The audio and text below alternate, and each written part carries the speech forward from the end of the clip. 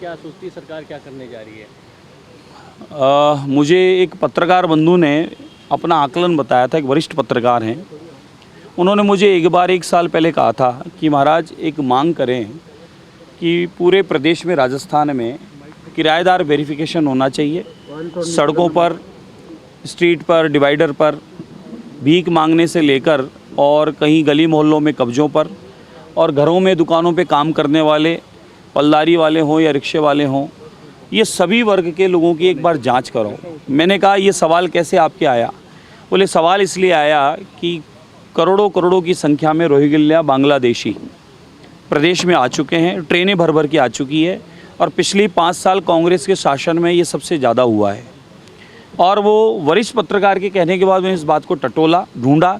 मैंने पाया कि सरकारी भूमियों पर, सड़कों पर, रोडों पर चारों ओर कब्जाधारी हैं और ज़्यादातर के पास लाइसेंस नहीं है।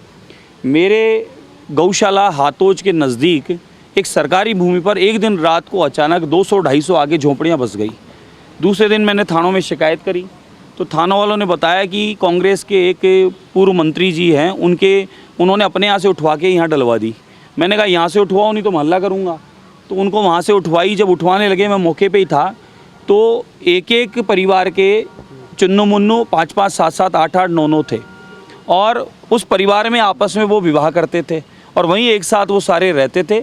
कचरा बीनने से लेकर कोई रात को सामान उठाने से लेकर, और कोई रिक्शे वाले, और उसमें कुछ लोग थे जो सड़कों पर मांगने वाले, इस प्रकार के वो लोग थे।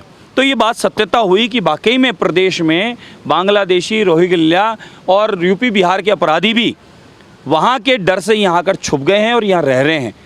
तो मैंने ये मांग की है कि किराएदार वेरिफिकेशन होना चाहिए।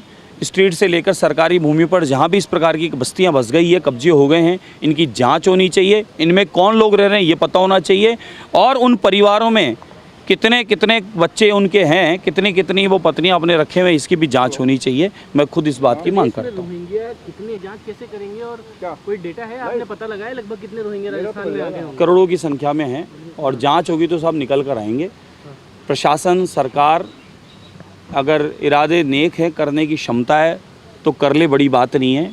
यही सरकार है राजस्थान की, और ये पहले भी सरकार थी गहलोत और लूट की, और यहाँ पर पेपर माफिया भी पनप रहे थे, अपराधी भी पनप रहे थे, आए के दिन गैंगस्टर इधर उधर गोलीबारी कर रहे थे।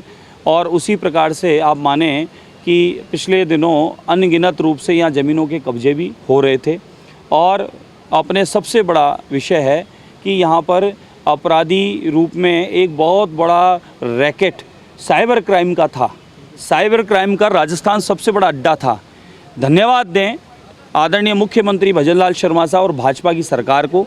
उनके आने के बाद में उन्होंने कड़क कानून बनाया, कड़क कदम उठाया कि आज वो छुपते फिर रहे हैं, भागते फिर रहे हैं, और कहीं भी उन्हें जगह नहीं है, और साइबर क्राइम भी ख़त्म हो रहा है। इसी प्रकार से मैं मानता हूँ कि भाजपा की, भजनलाल जी की सरकार पूर्णतः नेक इरादे हैं, और राजस्थान में जीरो चाहती है वह अपराध, कानून का पालन, और यहाँ राजस्थान में सुख शांति और समृद्धि और यहाँ का विकास।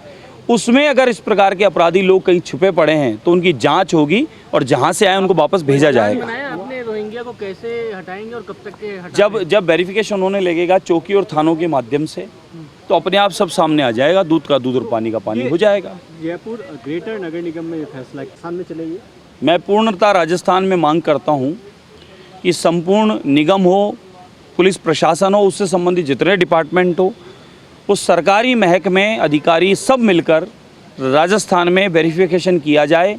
कौन कौन लोग कहाँ से आए हैं, यहाँ छुपे बैठे हैं, कब्जे किए हुए हैं, और यहाँ पर कि उनको लाभ किस तरीके से मिले। पिछले कांग्रेस काल में वोट की राजनीति, तुष्टीकरण होने की वजह से उनके राशन कार्ड, आईडी कार्ड कैसे बन गए, वोटर कार्ड कैसे बन गए, ये सब जांच होनी चाहिए, निरस्त करना चाहिए, और उन सबको जहाँ से आए वहाँ से पैकिंग करके वापस भेज देना चाहिए। और ये गोहर चिश्ती, एक तो क्या कहेंगे? पिछली कांग्रेस शासन में कहीं ना कहीं साक्ष्य छुपाए गए, मिटाए गए, और उसको बचाने के लिए, आतंकवाद को छुपाने के लिए, आतंकवादी को बचाने के लिए उनकी मदद रही, उसका ये जीता जागता प्रमाण है। इसके प्रमाण कई हैं। पिछले कांग्रेस के शासनों में आपने देखा होगा, जहां कांग्रेस की सरकार रही वहाँ देखा होगा, बड़े बड़े आतंकवादी ताज होटल जैसे में बम कांड किए, बॉम्बे में बम कांड किए, उनको बचाने के लिए पैरवी की थी, फांसी की सज़ा न हो उसके लिए पैरवी की थी।